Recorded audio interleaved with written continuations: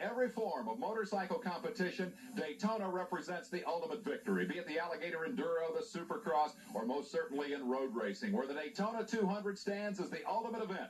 This year, in its 44th running, that race sees a major change. The highest performance street motorcycles in the world, for the first time, will race 200 miles at Daytona. Joining me to call the action today is a two-time winner of this race and one of the sport's most colorful characters. Dale Singleton, this is going to be some kind of weekend. What a weekend it'll be, Dave. You know, the word Daytona in every racer's mind is nothing less than a treasure. It's where the teams, the riders, sponsors, everybody, they're pouring it on the table, laying it on the line here at Daytona to try to fulfill that dream. You know, the ultimate goal in every racer's mind is to, win here at Daytona. The new format, the super bikes, that's very controversial. Can the bikes go the distance? The tire war is back as a major development this year. I think we're going to see what is developing into the most interesting 200 in history. A lot of questions to be answered in the next 3 hours. Let's start finding those answers right now. Ken Squire is standing by in the STP Pit Communication Center. For the last 3 years, Honda has dominated superbike racing. This year, the major challenge to the Honda juggernaut comes from Yamaha, a team that hasn't lost the Daytona 200 as a Formula One race since '72.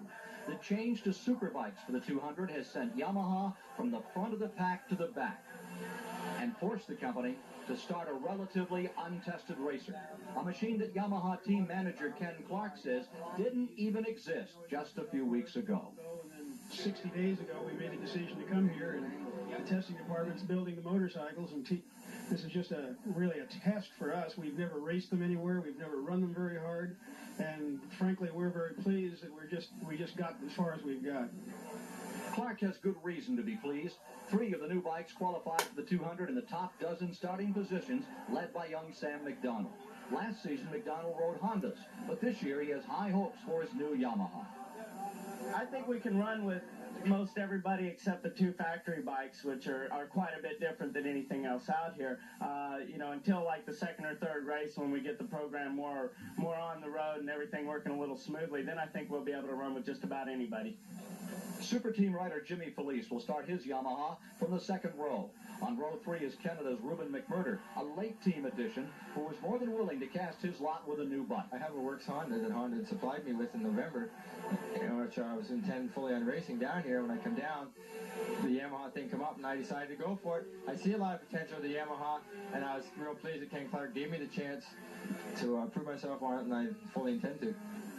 Win or lose at Daytona, Sam McDonald will campaign the new Yamaha Superbike through the entire 85 season and hopefully beyond. That's what we're shooting for. This race is just the first race of the year, and although it is one of the biggest race, and it's more important than a lot, the championship's what we're after.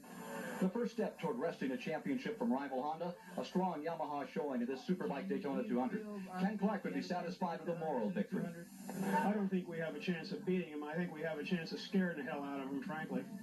We're down to the final race, the major event of Bike Weeks 85 at the Daytona International Speedway. The Superbikes, 80 strong, are ready to roll, led by Freddie Spencer, who's trying to do a clean sweep, win all 3. He's won 2. Can he win the 3rd? We'll know shortly. Now let's take a look at the starting lineup.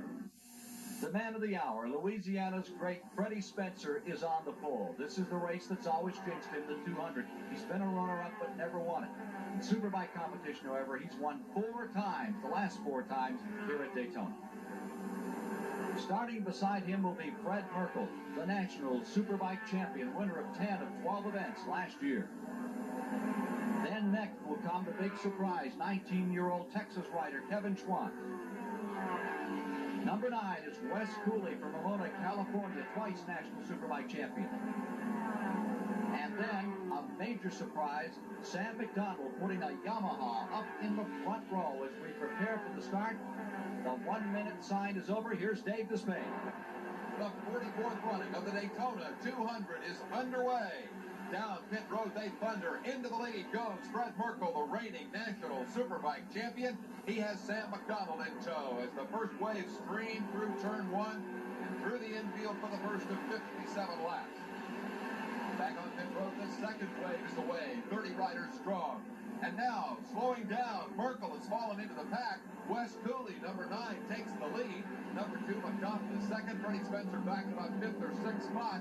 Again, not a very good start for Freddie Spencer. It seems as though he's having some bad luck getting things started here in the Superbike race in the early going day, but I'm sure he's got room to make up for that. That's a long race, a 200-mile drive, longer than ever in the history of Superbike racing at Daytona International Speedway. And the man who's taken the early advantage is the 2-time National Superbike champ Wes Cooley. Here's the pack pouring in there, 3 and 4 abreast as they battle for positions here on lap number 1. Cooley, knee out, Freddie Spencer style, looking good as he heads up onto the banking for the first time. The Superbikes at Daytona will run around 160 miles an hour. Dale, can you tell the difference between 160 on a Superbike and 180 on a Formula One bike? I don't think it really makes that much of a difference, Dave. You know, just 20 miles an hour at that high rate of speed is something that really it's hard for the riders to touch on. As far as the stability and the handling of the bike, there's really not that much difference to clarify significant. Cooley preparing to dip into that backstretch chicane. Freddie Spencer is moving up. He's up into 3rd spot. Tricky corner, Dale. The chicane is very tricky, Dave. I don't really see Wes Cooley having any problem with that. He works the chicane really well.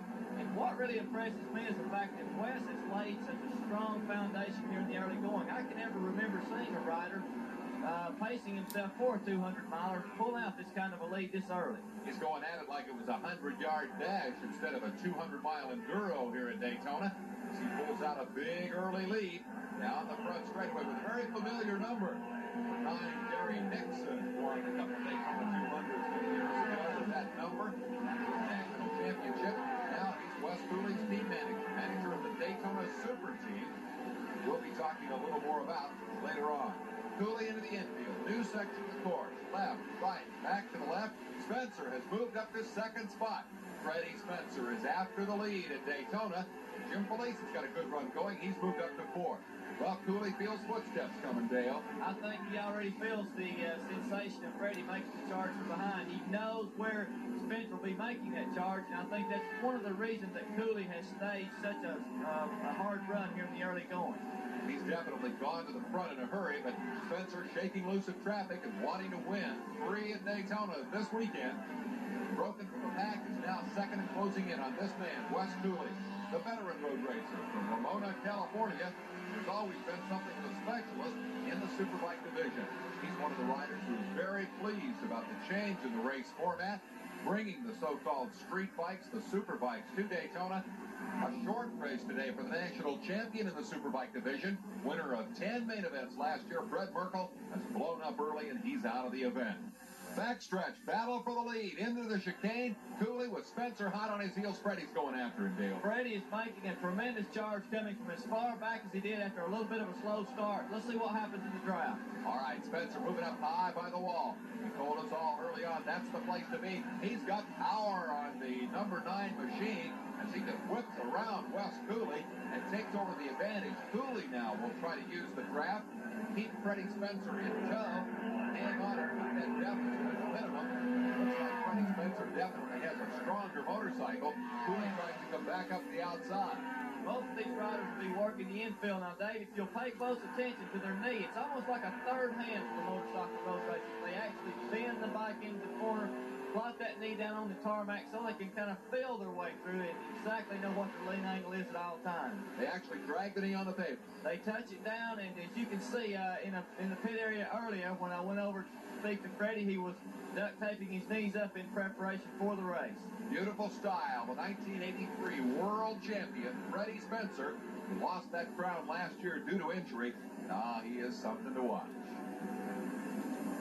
Notice how Freddie uses every inch of the racetrack. If he misses the line by a width of a wheel, he'll be off on the grass and on the ground. We'll follow more of Freddie Spencer's quest at Daytona right after this.